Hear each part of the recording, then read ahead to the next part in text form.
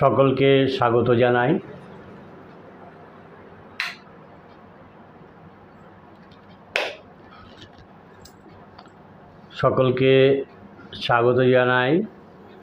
Astrologer Sushant Kumar চৌধুরীর চ্যানেলে। আজকে আমরা আলোচনা করব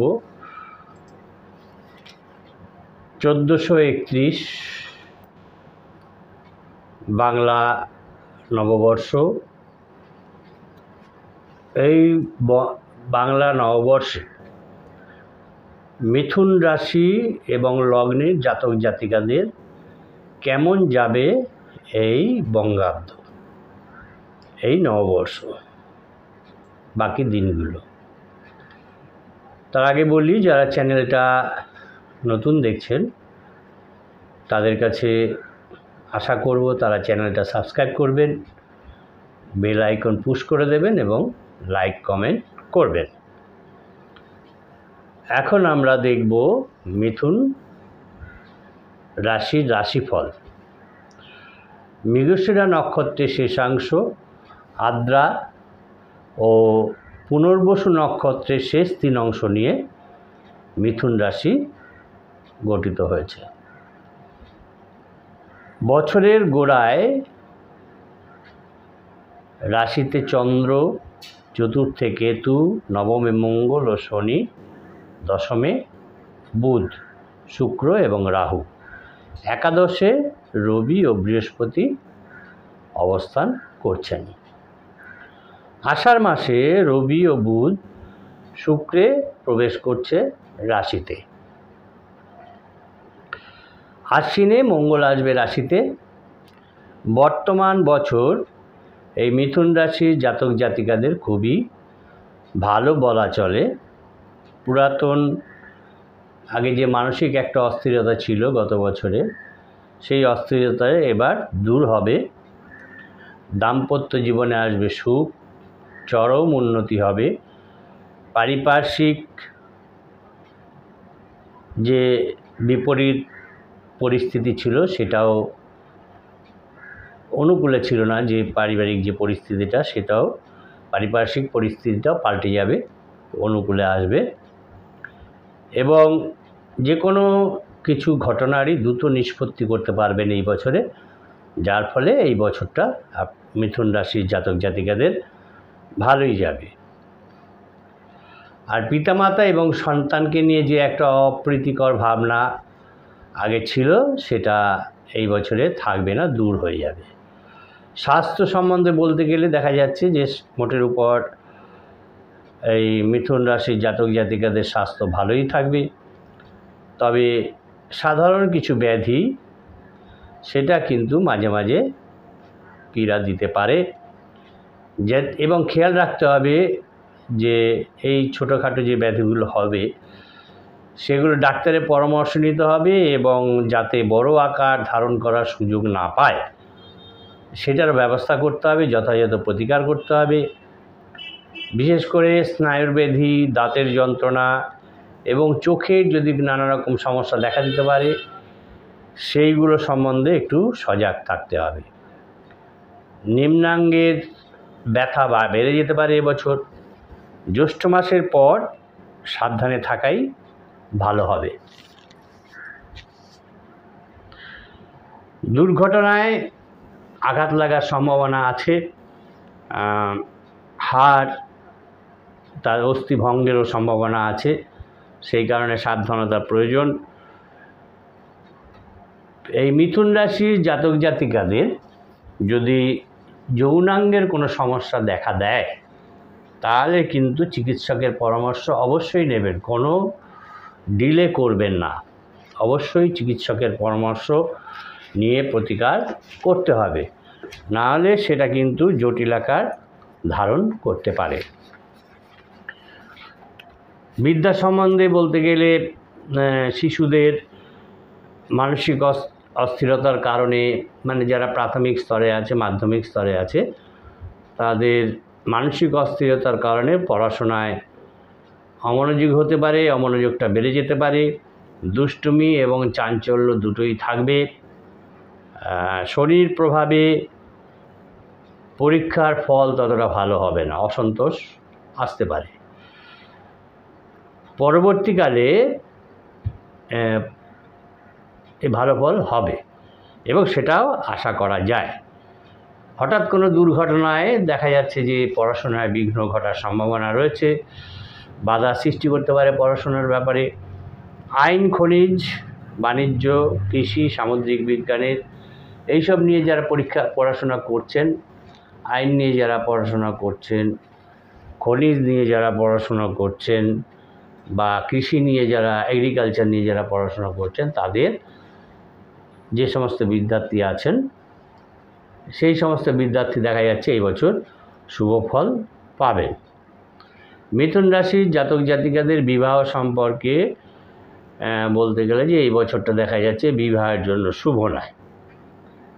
লগ্ন থাকা সত্ত্বেও দেখা যাচ্ছে বিবাহের প্রতি একটা অনীহা থাকবে, করতে চাইবেন না বিবাহ।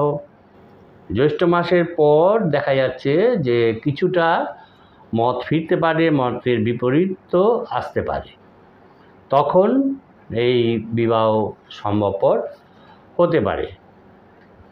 তাই মনস্থির করতে হবে, এবং যেটা মনস্থির করবেন ভালো করে চিন্তা ভাবনা করে কিন্তু মনস্থির করতে হবে।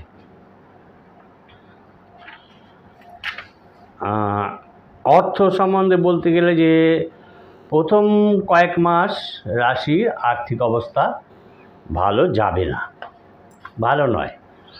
প্রথম কয়েক মাস আর্থিক অবস্থা ভালো থাকবে না, তারপরে কিছুটা স্বাচ্ছন্দ্য আসবে, লক্ষ্য করা যায়, সম্ভাবনা আছে যে স্বাচ্ছন্দ্য ফিরে আসবে। আয়ের ব্যয়ের হিসাবে ব্যয়ভাব কিন্তু বেশি হবে, ব্যয়টা বেশি হবে, আয়ের তুলনায় ব্যয়ের পাল্লা ভারী। আর্থিক একটা অনটন থাকবে, তবে অনটনটা থাকলেও সেটা খুব তাড়াতাড়ি মিটে যাবে। সুতরাং দেখা যাচ্ছে যে ধনভাবে সুদৃষ্টি থাকার ফলে, যেহেতু বৃহস্পতিটা রাশি পরিবর্তন করে মেষ রাশি পরিবর্তন করে বিষে আসবে এবং কর্কটে সেই বৃহস্পতি দৃষ্টি দান করবে, তৃতীয় দৃষ্টি, যার ফলে এই ধনভাবে সুদৃষ্টি থাকার ফলে ভালো মন্দ কিছুটা হবে, থাকবে। শরিকি সূত্রে পাওয়া বা উত্তরাধিকার সূত্রে পাওয়া পুরনো বাড়ি বা সম্পত্তি বা অর্থ পাওয়ার সম্ভাবনা থাকছে, কিন্তু ঋণ নেওয়া যাবে না। আপনারা হয়তো চিন্তা করছেন মিথুন রাশির জাতক জাতিকা ঋণ নিয়ে এটা করব বা ওটা করব, কিন্তু এই ঋণ কিন্তু নেবেন না, তাহলে কিন্তু বিপদে পড়বেন। কর্ম সম্বন্ধে বলতে গেলে কর্মে নতুন কর্ম লাভের সম্ভাবনা রয়েছে, সুযোগ আসবে। বাধা অতিক্রম করে তা সফল করতে কিন্তু সময় লাগবে, একটু সময়ের প্রয়োজন আছে। কর্মক্ষেত্রে পরিস্থিতিটা মোটামুটি ভালো। পরিবেশ, কর্মক্ষেত্রে যে পরিবেশ, এই পরিবেশটা কিছুটা বিচলিত করতে পারে। বদলিতে যারা ট্রান্সফারেবল জব করেন, সেই কারণে বদলি যেমন জায়গায় হতে পারে তাতে অসন্তোষ আসার সম্ভাবনা আছে। যতটা সম্ভব মাথা ঠান্ডা রাখতে হবে, মাথা ঠান্ডা রেখেই কিন্তু কাজটাকে উদ্ধার করতে হবে। মানে যে ওর জায়গায় বদলি হবে সেটাকে আবার ঠিক করে নিয়ে আসতে গেলে মাথা ঠান্ডা রেখে কাজ করতে হবে। দেখা যাচ্ছে সুনাম কিন্তু কর্মে লাভ হবে। শিক্ষা জগতে আইনজ্ঞ যারা ডাক্তারি করেন, রসায়ন ক্ষেত্রে, এই সমস্ত কর্মক্ষেত্রে যারা আছেন, সেই সব মিথুন রাশির জাতক জাতিকারা ভালো ফল পাবেন এবছরে। আইটি সেক্টর যারা কাজ করেন সেটা এক্সপ্যান্ড হওয়ার সম্ভাবনা আছে, প্রসারিত হওয়ার সম্ভাবনা আছে। প্রশাসনিক কার্যে যারা কর্মরত আছেন সেই সমস্ত জাতক জাতিকারা মিশ্র ফল লাভ করবেন। ব্যবসায়ী যারা, মিথুন রাশির জাতক জাতিকাদের মধ্যে যারা ব্যবসায়ী আছেন, ব্যবসায়ীরা একটু সাবধানে থাকতে হবে। অযাচিত কিছু খবর আসতে পারে আপনাদের কাছে। একা ব্যবসা করলে লাভের মুখ দেখতে পারবেন, পার্টনারশিপে করলে কিন্তু লাভের মুখ পাবেন না দেখতে। পার্টনারশিপ করলে পার্টনারশিপে ব্যবসা করলে কিন্তু বিপর্যস্ত হবার সম্ভাবনা থাকবে। প্রাপ্য অর্থ পেতে কিন্তু বেগ হতে পারে, যেটা আপনার পাওনা আছে সেটা আদায় করতে গিয়ে একটু সমস্যার সম্মুখীন হবেন। নতুন ব্যবসায় এখনই কিন্তু লগ্নি করা যাবে না, হাত দেওয়া যাবে না। কিছু সময় বিবেচনা করা প্রয়োজন, কর্তব্য। সুতরাং সেই হিসাবে নতুন ব্যবসা শুরু করা যেতে পারে। প্রতারকদের হাত থেকে, প্রতারক কিন্তু আপনার পিছনে লেগে আছে, প্রতারকের হাত থেকে বেঁচে চলতে হবে এবং নিজেকে বাঁচাতে হবে। পরিস্থিতি কিন্তু এই বর্তমান সময় মিথুন রাশির জাতক জাতিকাদের কাছে অনুকূল নয়। শুভ রত্ন হিসাবে হচ্ছে হালকা নীল অথবা সাদা। হালকা নীল অথবা সাদা পোশাক তারা ব্যবহার করতে পারেন, অথবা হালকা নীল সুতো এবং সাদা সুতো ডান হাতের কবজিতে বেঁধে রাখতে পারেন, তাতেও ভালো ফল পাবেন। রত্ন হিসাবে পান্না এবং নীলা আপনারা ধারণ করতে পারেন, তাতে উপকৃত হওয়ার সম্ভাবনা রয়েছে। যারা চ্যানেলটা দেখছেন তারা আশা করি সাবস্ক্রাইব করবেন, বেল আইকন পুশ করে দেবেন এবং লাইক কমেন্ট করবেন। এরপরে আমরা দেখব মিথুন রাশি এবং মিথুন লগ্ন, মিথুনের লগ্ন ফল। আমরা রাশিফল দেখলাম, এবার মিথুনের জাতক জাতিকাদের লগ্ন ফলে 1431 কী বলছে সেটা এবার আমরা দেখব।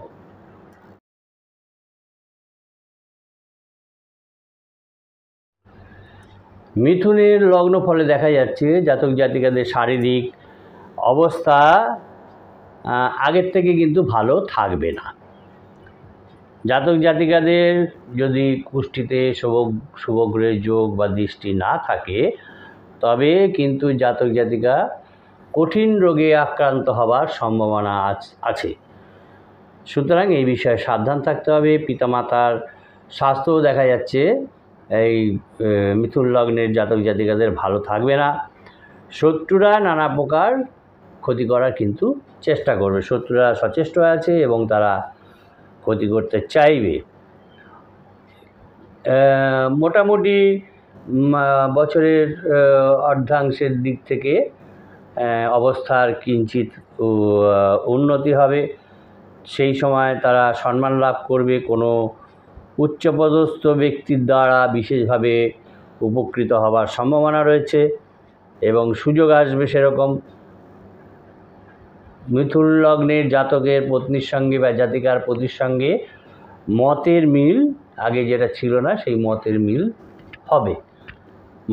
হবে।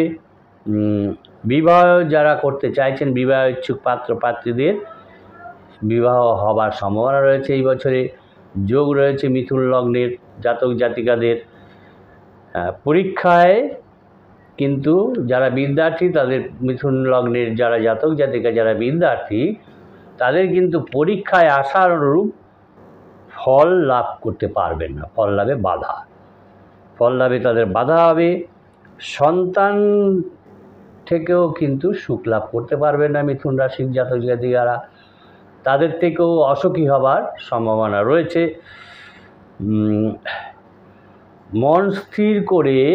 মনটাকে স্থির করতে হবে। মন স্থির করে যদি স্পিরিচুয়াল দিকে যাওয়া যায়, ধর্মে লিপ্ত হওয়া যায়, তবে কিন্তু মেন্টাল পিস, মানসিক শান্তিটা ফিরতে পারে।